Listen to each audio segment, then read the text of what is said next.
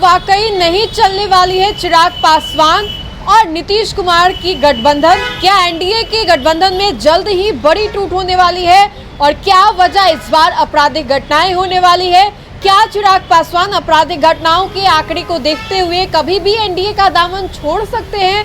क्या अकेले चुनाव लड़ने का निर्णय चिराग पासवान ले सकते हैं? आखिर क्यों बार बार केंद्रीय मंत्री चिराग पासवान बिहार के आपराधिक घटनाओं को लेकर के सवाल खड़े कर रहे हैं? क्यों बार बार?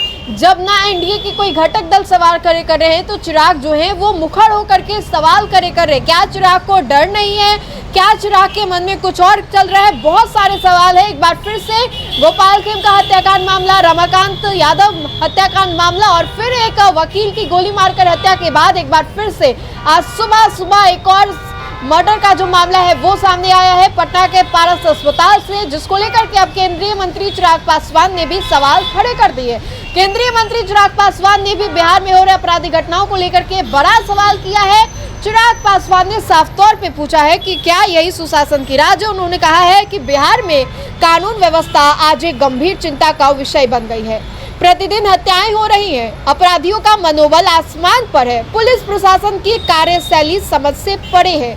आज पटना के रिहायशी इलाके में स्थित पारस अस्पताल के अंदर घुसकर अपराधियों द्वारा सरेआम गोलियां जो है वो बरसाई गई। गोली की इस घटना इस बात का प्रमाण है कि अपराधी अब कानून और प्रशासन को सीधी चुनौती दे रहे हैं। बिहार विधानसभा चुनाव से ठीक पहले बढ़ते आपराधिक मामले चिंताजनक है।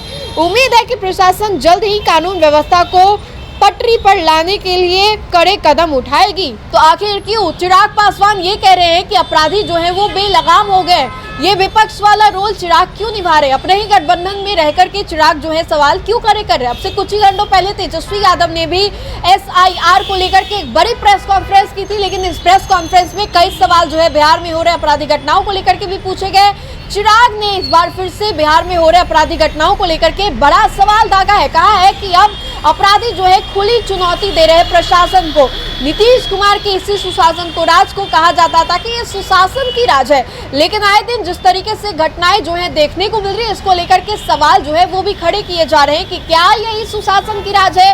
क्या इसी राज का दावा जो है एनडीए की सरकार करती है? और एनडीए के ही घटक दल के सुप्रीमो जो है चिराग पासवान, उन्होंने सवाल खड़े किए। चिराग ने एक बार फिर से सवाल खड़े करते हुए नीतीश कुमार से सवाल किए हैं, एनडीए सरकार से सवाल खड़े किए हैं और बिहार में कुव्यवस्था को लेकर के भी बड़ा क्वेश्चन मार्क किया है।